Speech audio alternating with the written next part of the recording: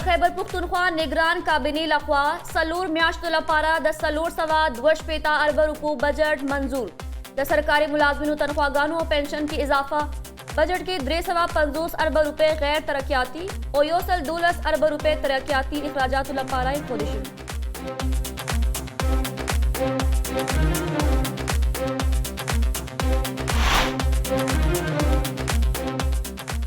د ترهګرۍ مخنیوي عدالت لخوا د پاکستان تحریک انصاف چیئرمین ناقابل ضمانت وارنٹ گرفتاری جاری د پی ټی آی چیئرمین سره د حماد اظهر میاں اسلم اقبال او نور هم وارنٹ جاری شوې د ملزمانو گرفتارولو کوشش شوې خو گرفتار نه کړی شول د سماعت دوران د تفتیشي افسر وینا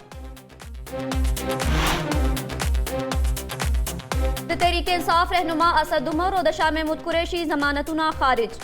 دواړه مشران په یو گاڑی کې واپس تلي شاه محمود قریشي خپل وکیل علي بخاري سره عدالت کې پیش شوی و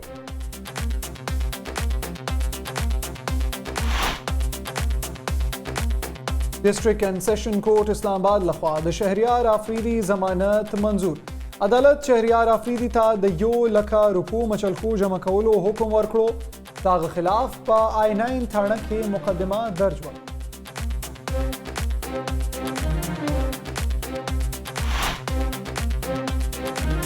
د پی ټی آی چیئرمین په سی پیک د شکریا ادا کولو پر ځای د چین سپکاوي کړي په مشکل وخت کې چین یو ځل بیا زموږ مرسته کړي چین سره نن په یو بله معاهده لاسلیک شوی د وزیر اعظم شهباز شریف یو دستوري ته خطاب وایي د نواز شریف په دور کې د بجلی لوډ شیډینګ ختم شوی و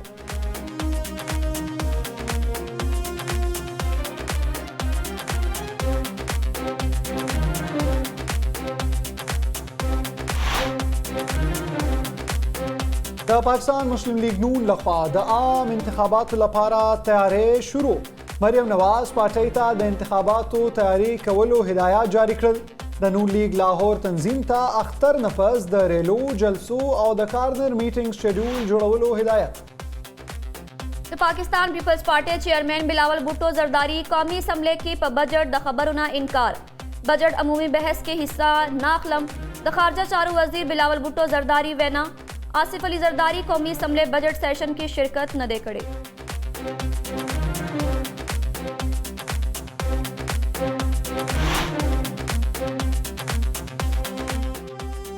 پاکستان پیپلز پارټۍ لخوا د سېنات چیئرمین مراعاتو بل مسترد 13 ورځ حکومت د سېنات چیئرمین ډیپټي چیئرمین او د اراکینو تنخواګانو مراعاتو او د الاونسونو زیاتولو بل منظور کړو بل کې د سېنات چیئرمین آفیس الاونس 4,000 نه 50,000 پورې سیوا شوی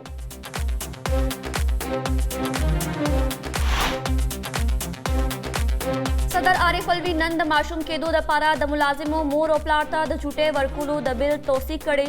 بل د پارلیمنت لخوا د مخکې نه پاس کړی شوی و د لومړي بچي د پیدایش په وخت به ښځې ته 180 ورځې د دویم بچی د پیدایش په وخت 100 ورځې او د دریم بچی د پیدایش په وخت 100 ورځې چوټي د تنخوا سره د ورکولو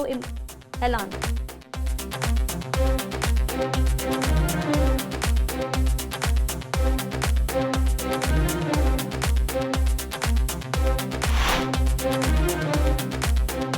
د حکومت لخوا د لوی اختر په موقع د دریو چټیانو اعلان د 1 جون نه بعد تر 1 جولای پورې د اختر چټیانې وي هفته کې 15 ورځې کارکونکو لپاره 2 او 6 ورځې کارکونکو لپاره بعد 3 چټیانې په دې اړه نوټیفیکیشن جاری